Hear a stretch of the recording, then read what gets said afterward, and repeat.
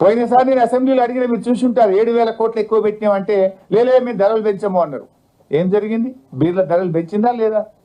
ఇప్పుడు కొత్త బ్రాండ్లు, కొత్త బీర్లు, కొత్త బార్లు, ఇదే పనులు పెట్టినావు కదా నువ్వు. అన్ని పెంచుడే. దాదాపు ఈ బడ్జెట్ లో బీఆర్ఎస్ ప్రభుత్వ హయాము కంటే దాదాపు 14,000 కోట్లు ఎక్సైజ్ ద్వారా అదనపు ఆదాయాన్ని ప్రభుత్వం ఆశిస్తా ఉంది. అంటే ఈ రాష్ట్రాన్ని తాగుబోతుల తెలంగాణగా మారుస్తున్నారు. ఛార్జ్ మెమోలు ఇస్తున్నారు అధికారులకు. అరే నువ్వు తక్కువ అమ్మినావు మాల్, ఈ సంవత్సరం పోయేసారి కంటే నీ మాల్ అమ్మలేదు, తగ్గింది, నువ్వు ఎందుకు పెంచలే అని మెమోలు ఇస్తున్నారు. ఎక్స్ప్లెనేషన్ కాల్ఫర్ చేస్తున్నారు అధికారులకు. తాగుడు తగ్గించమంటారా, తాగుడు పెంచమంటారా, ఇంకేం చేయమంటారు? చిన్నపిల్లలకు కూడా దాయిపోయమంటారా, మహిళలకు కూడా దాయిపోయమంటారా? ఏం చేస్తావు?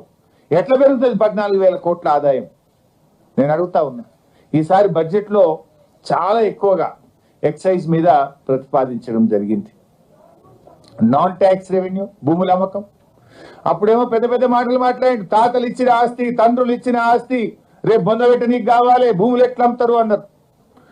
పోయినసారి 2023-24లో 23,000 కోట్లు ఉంటాయి మా ప్రభుత్వంలో. ఈసారి నాన్ ట్యాక్స్ రెవెన్యూ 31,618 కోట్లు పెట్టారు. అంటే ఇంకిని భూములు అమ్ముతావు అన్నట్టు.